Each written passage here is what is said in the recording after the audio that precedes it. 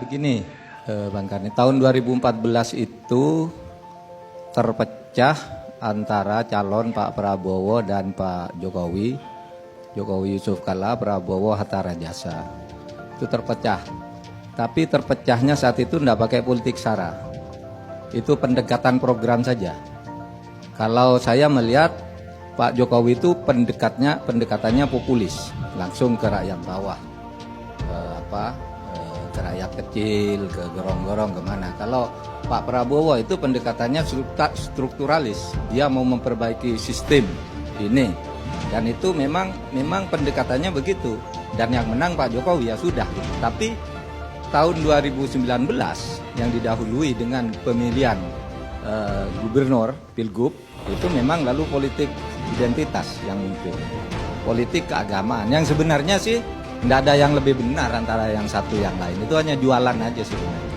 Sehingga bagi saya sebenarnya tidak ada sebenarnya yang punya dasar untuk menyatakan diri paling benar membawa nama agama.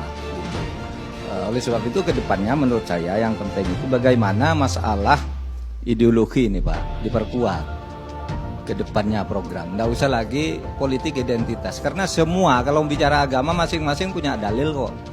Taruhlah kalau pandangannya Ahok yang dianggap tidak Islam dan sambungannya. Kemudian yang satu yang Islam Pak Anies dan sambungannya. Itu pendukung Pak Anies banyak juga yang tidak sholat kok kalau waktu kampanye itu. Tapi banyak yang sholat juga. Pendukung Ahok juga ada yang sholat waktu kampanye. Jadi itu bukan urusan agama sebenarnya. Nah yang begitu-begitu itu kedepannya dikurangi gitu. Atau kalau bisa bukan hanya dikurangi tapi dihilangkan, sehingga politik ke depan itu, taruhlah politik identitas itu tidak bisa dihindari. Orang memilih karena kesamaan agama, kesamaan suku, itu silakan. Tapi kalau sampai menimbulkan perpecahan ideologis itu amat sangat berbahaya sebenarnya, amat sangat berbahaya. Nah kedepannya maka saya berpikir gerakan moderasi beragama, di mana agama itu menjadi alat pemersatu, gerakan jalan tengah. Kalau di dalam Islam itu namanya Islam wasatiyah, Islam yang di tengah, tidak ekstrim ke kanan, tidak ekstrim ke kiri, tapi inklusif, menerima perbedaan itu sebagai keniscayaan dan tidak menganggap orang lain yang berbeda itu sebagai musuh. Nah istilah moderasi beragama dengan kata Islam wasatiyah ini, oleh orang yang tidak paham betul itu dianggap wah Islam apa lagi tuh, Islam ya Islam gitu.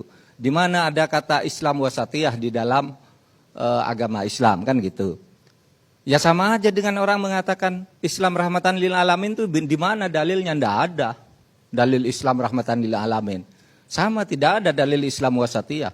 Sama tidak ada dalil Islam kafah tuh di mana? Nggak ada. Yang ada itu begini. Kalau Islam rahmatan lil alamin itu dalilnya wa ma arsalnaka illa rahmatan lil alamin, bukan Islam rahmatan lil alamin.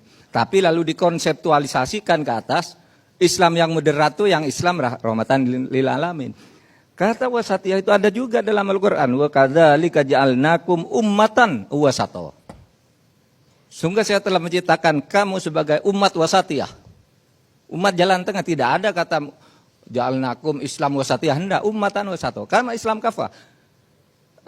Udkhulu fisilmi kafah, hendak ada saya mencatatkan Islam kafah, tapi dikonsepkan sebagai istilah di dalam keilmuan itu biasa, diabstraksi ke atas, diberi nama ini sebagai konsep. Nah, kedepannya menurut saya moderasi beragama itu menjadi sangat penting. Moderasi beragama, karena berangkat dari keyakinan bahwa perbedaan itu adalah keniscayaan, perbedaan itu adalah sunnatullah, perbedaan itu adalah fitrah, gitu aja ke depannya. Bahwa tidak mungkin kita itu sama. Dulu kita sudah pernah diskusi tentang ini, tidak mungkin orang sama, itu sebagai ciptaan Allah dan di situ kita bersatu. Itulah cara kita menghayati agama kita, bahwa kita ini memang berbeda diciptakan oleh yang di sana itu loh. Karena yang di sana menghendaki kita berbeda, ya mari kita bekerja sama sesuai dengan kehendaknya.